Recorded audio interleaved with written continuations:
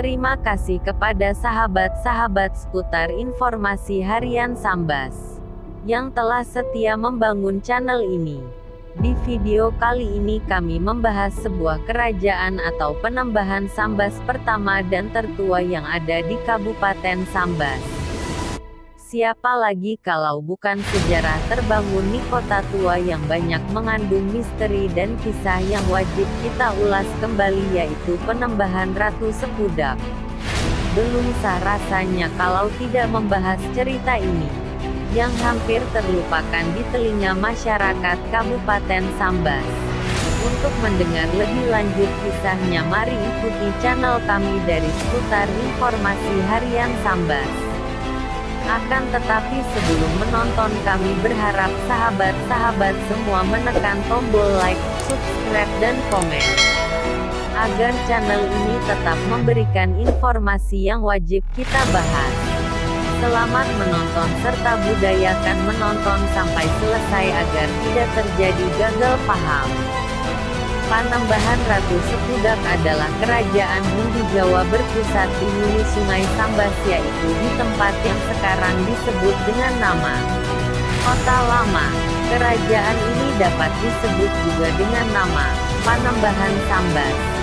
Ratu Sepudak adalah Raja Panembahan ini yang ketiga. Raja Panembahan ini yang kedua adalah abangnya yang bernama Ratu Timbang Paseban. Sedangkan Raja Panembahan ini yang pertama adalah ayah dari Ratu Sepudak dan Ratu Timbang Paseban yang tidak diketahui namanya. Ratu adalah gelaran itu raja laki-laki di Panembahan Sambas dan juga di suatu masa di Majapahit. Asal-usul Panembahan Sambas ini dimulai ketika satu rombongan besar bangsawan Jawa Hindu yang melarikan diri dari Pulau Jawa bagian timur. Karena diserang dan ditumpas oleh pasukan Kesultanan Demak di bawah pimpinan Sultan Trenggono, Sultan Demak ketiga, pada sekitar tahun 1525 Masehi. Bangsawan Jawa Hindu ini diduga kuat adalah bangsawan Majapahit karena berdasarkan kajian sejarah Pulau Jawa pada masa itu, yang melarikan diri pada saat penumpasan sisa-sisa Hindu oleh pasukan Demak ini yang melarikan diri adalah sebagian besar bangsawan Majapahit. Pada saat itu bangsawan Majapahit lari dalam 3 kelompok besar, yaitu ke Pulau Bali, ke daerah Gunung Kidul, dan yang tidak cocok dengan kerajaan di Pulau Bali kemudian memutuskan untuk menyeberang lautan ke arah utara. Rombongan inilah yang kemudian sampai di Sungai Sambas. Pada saat rombongan besar bangsawan Jawa yang lari secara boyongan ini, diyakini lebih dari 500 orang. Ketika sampai di Sungai Sambas, di wilayah ini di bagian pesisir telah dihuni oleh orang-orang Melayu yang telah berasimilasi dengan orang-orang Dayak pesisir. Pada saat itu di wilayah ini sedang dalam keadaan kekosongan pemerintahan setelah sebelumnya terbunuhnya Raja Tan Unggal oleh kudeta rakyat, dan sejak itu masyarakat Melayu di wilayah ini tidak mengangkat raja lagi. Pada masa inilah rombongan besar bangsawan Jawa ini sampai di wilayah Sungai Sambas ini sehingga tidak menimbulkan benturan terhadap rombongan besar bangsawan Jawa yang tiba ini. Setelah lebih dari 10 tahun menetap di hulu Sungai Sambas, rombongan bangsawan Jawa ini melihat bahwa kondisi di wilayah Sungai Sambas ini aman dan kondusif sehingga kemudian bangsawan Jawa ini mendirikan lagi sebuah kerajaan yang disebut dengan Panembahan atau dapat disebut dengan nama Panembahan Sambas, yang masih beraliran Hindu, yang menjadi Raja Panembahan Sambas yang pertama yang sampai saat ini tidak diketahui namanya setelah wafat. Ia digantikan anaknya yang bergelar Ratu Timbang Paseban. Setelah Ratu Timbang Paseban wafat, ia digantikan oleh adindanya yang bergelar Ratu Sepudak. Pada masa pemerintahan Ratu Sepudak inilah datang rombongan Sultan Tengah yang terdiri dari keluarga dan orang-orangnya datang dari Kesultanan Sukadana dengan menggunakan 40 buah perahu yang lengkap dengan alat senjata. Rombongan Baginda Sultan Tengah ini kemudian disambut dengan baik oleh Ratu Sepudak dan Sultan Tengah dan rombongannya dipersilahkan untuk menetap di sebuah tempat yang kemudian disebut dengan nama Kembayat Srinegara. Tidak lama setelah menetapnya Sultan Tengah dan rombongannya di Panembahan Sambas ini, Ratu Sepudak pun kemudian wafat secara mendadak. Kemudian yang menggantikan almarhum Ratu Sepudak adalah keponakannya bernama Raden Kencono, yaitu anak dari abang Ratu Sepudak yaitu Ratu Timbang Paseban.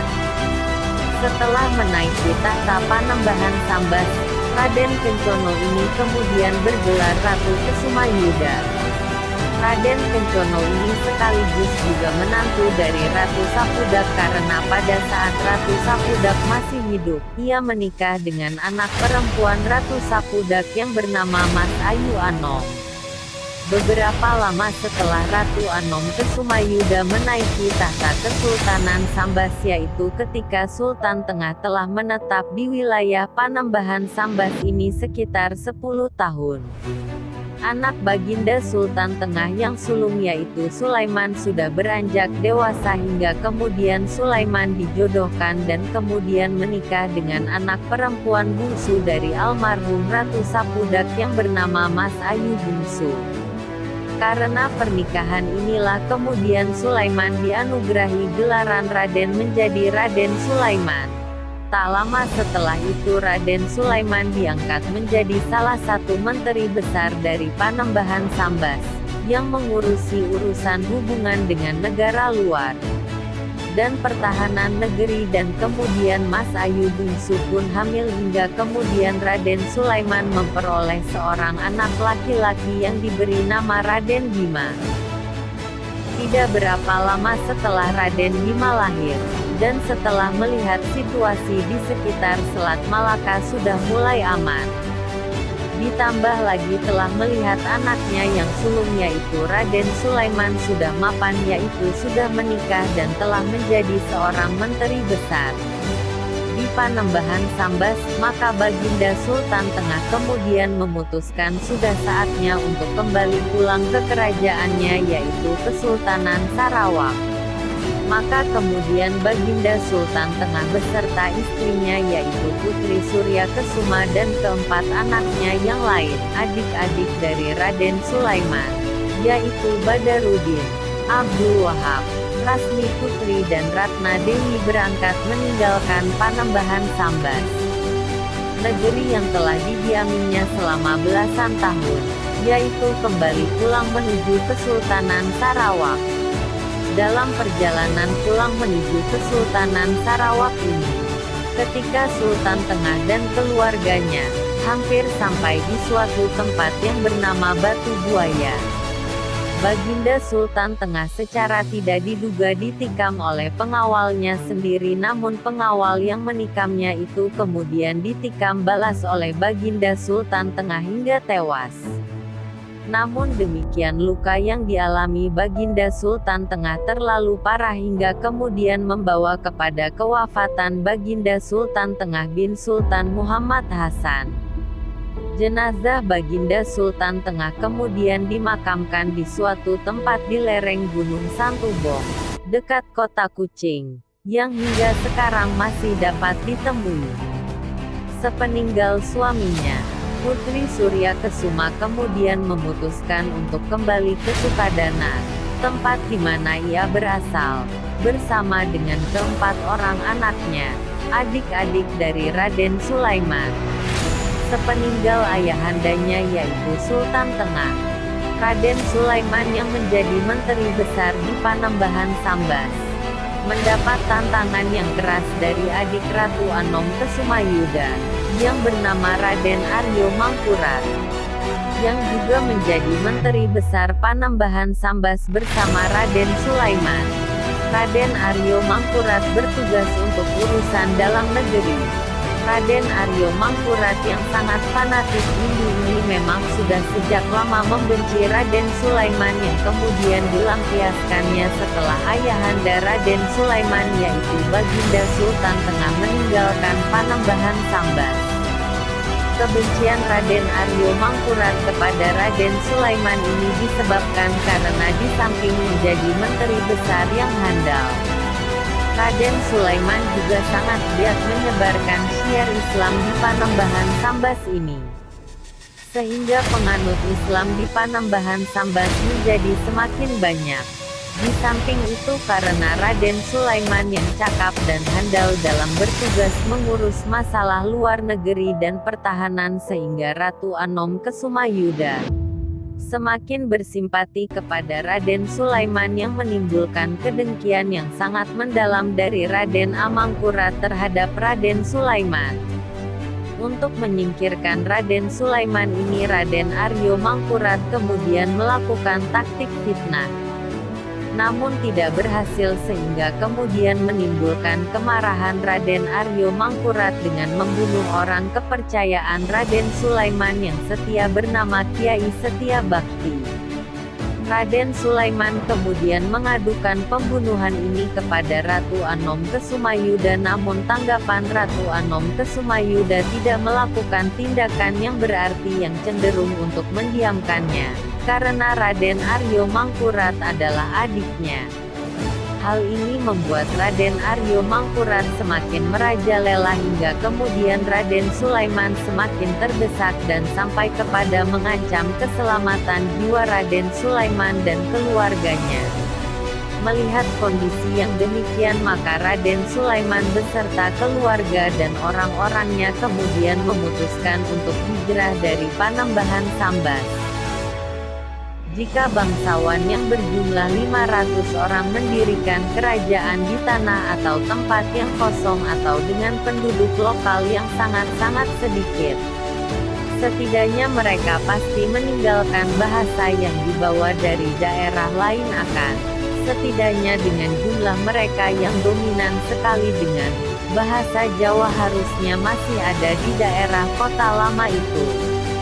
Paling tidak ada sedikit campuran dengan bahasa lokal tapi kenyataannya tidak ada sama sekali bahasa masyarakat di sana membawa bahasa lain.